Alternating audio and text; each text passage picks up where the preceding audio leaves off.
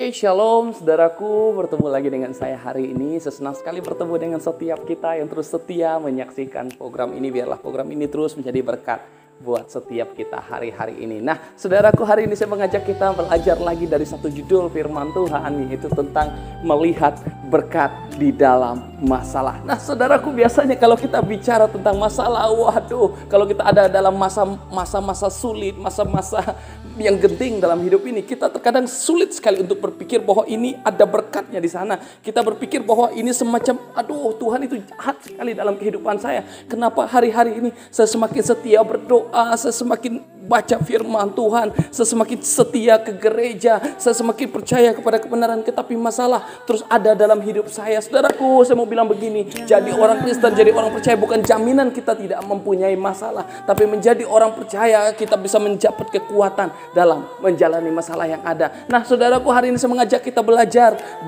bagaimana kita harus melihat berkat di dalam masalah. Karena saya mau bilang bahwa di dalam masalah, di dalam setiap hal yang kita hadapi ada berkatnya di sana. Nah, saudaraku, mari kita belajar yang pertama mari kita buka di dalam Ulangan 31 ayat yang ke-8. Di sana dikatakan, sebab Tuhan dia sendiri akan berjalan di depanmu, dia akan menyertai engkau, dia tidak akan membiarkan dan meninggalkan engkau, janganlah takut dan janganlah patah hati. Nah, saudaraku, cara pertama untuk berkat apa yang bisa kita lihat dalam masalah, ketika Yosua sebagai anak muda dipercayakan tugas, ketika Musa harus menggantikan tugas seorang Musa, pemimpin yang begitu hebat itu, saudaraku, bukan hal yang mudah. Kenapa? Karena dia harus mengambil tanggung jawab menjadi seorang pemimpin bangsa yang begitu besar. Tugas tanggung jawab yang harus diemban sebagai anak-anak muda bukan hal yang enak sekali ketika kita harus dipercayakan tanggung jawab yang begitu berat. Kadang itu bisa menjadi masalah dalam hidup kita. Saudaraku, saya mau bilang begini, tapi apa yang Tuhan katakan, dia sendiri, Musa katakan bahwa dia sendiri, Tuhan itu sendiri akan berjalan di depanmu, dia tidak akan membiarkan engkau,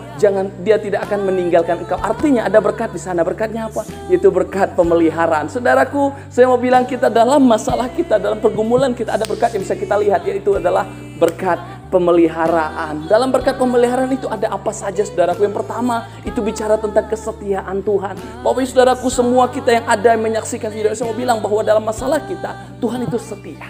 Kalau teman-teman kita, saudaraku, kalau kita lagi keadaan berlimpah, kita lagi mengalami sukacita, wah, tidak ada beban dalam hidup ini, berkat melimpah dalam hidup kita, wah, sangat mudah orang-orang mendekat pada kita. Tapi giliran kita mengalami masa sulit, kita ada dalam masa sukar, wah, kita lagi galau, saudaraku, biasanya teman-teman kita justru pergi. Apa saya mau bilang buat kita? Tapi Tuhan setia. Tuhan setia dalam setiap keadaan kita. Dia tidak akan membiarkan kita dan dia tidak akan meninggalkan kita. Lalu yang kedua, dalam pemeliharaan itu ada apa, saudaraku?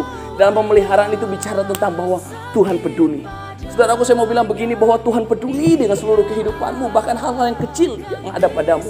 Firman Tuhan berkata bahwa setia dulu dalam perkara-perkara yang kecil. Tuhan tidak mau kamu selalu suka hal-hal yang besar, tapi hal-hal yang kecil.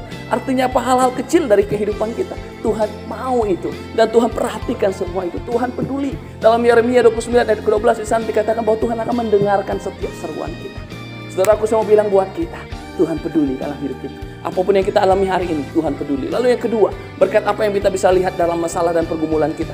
Berkat yang kedua adalah di dalam Ayub pasal 42 ayat yang kedua, di sana dikatakan, aku tahu bahwa engkau sanggup melakukan segala sesuatu dan tidak ada rencanamu yang gagal. Berkat yang kedua yang bisa kita lihat adalah tentang berkat pemulihan, saudaraku. Kita melihat, siapa yang tidak tahu Ayub? Ayub adalah seorang yang mengalami penderitaan yang sangat luar biasa. Dia tidak dikenal rupanya, saudaraku, mengalami kehilangan. Bahkan dia harus difitnah dan dia dikatakan bahwa, oh, kamu berdosa, makanya hukumanmu berat, seperti ini kata teman-temannya. Tapi apa yang Ayub katakan? Aku ingin percaya kepada Tuhan. Aku ingin terus setia kepada Tuhan. Sehingga pada akhirnya kehidupan Ayub dipulihkan. Saudaraku, kita teringat cerita seorang perempuan yang sudah mengalami 12 tahun pendarahan. Apa yang dia alami, saudaraku? Dia mengalami kesembuhan daripada Tuhan. Saya mau bilang begini, kita tidak akan pernah mengalami masa-masa kelimpahan kalau kita tidak mengalami masa kekurangan. Kita tidak akan pernah mengalami berkat pemulihan kalau kita tidak pernah mengalami kalau kita tidak pernah mengalami kesusahan. Kita tidak akan pernah mengalami berkat-berkat yang kesembuhan kalau kita tidak pernah harus mengalami sakit penyakit. Saya mau bilang buat kita hari ini, apapun yang kita hadapi hari ini, tantangan demi tantangan, setiap kesulitan-kesulitan yang ada, percayalah, pada waktunya Tuhan akan pulihkan kehidupan kita. Tuhan berkata di dalam Roma 8 ayat 8 bahwa Tuhan bekerja untuk mendatangkan kebaikan bagi setiap kita yang mengasihi Dia. Dan tempat ini saya berdoa biar setiap kita selalu. Halo teman-teman, senang sekali bertemu dengan kita. Sekali lagi haleluya, haleluya. Saya percaya bahwa setiap kita selalu ada dalam berkat-berkat Tuhan. Sebagai anak-anak muda kita terus semangat, sebagai anak-anak muda kita terus melangkah dengan gesit dalam hidup ini, karena kita percaya Tuhan selalu ada bersama-sama dengan kita. Mari terus dukung program ini, saya rindu setiap kita. Mari kita dukung program ini supaya program ini terus bisa menjadi berkat buat setiap kita dengan cara subscribe. Bahkan kalau berasa diberkati dengan video ini, silahkan share video ini biar lebih banyak lagi teman-teman anak-anak muda semua diberkati dari program ini. Dari tempat ini saya selalu berdoa, biarlah kita anak-anak muda tetap semangat. Mari raih mimpi itu di dalam Tuhan. Tuhan memberkati.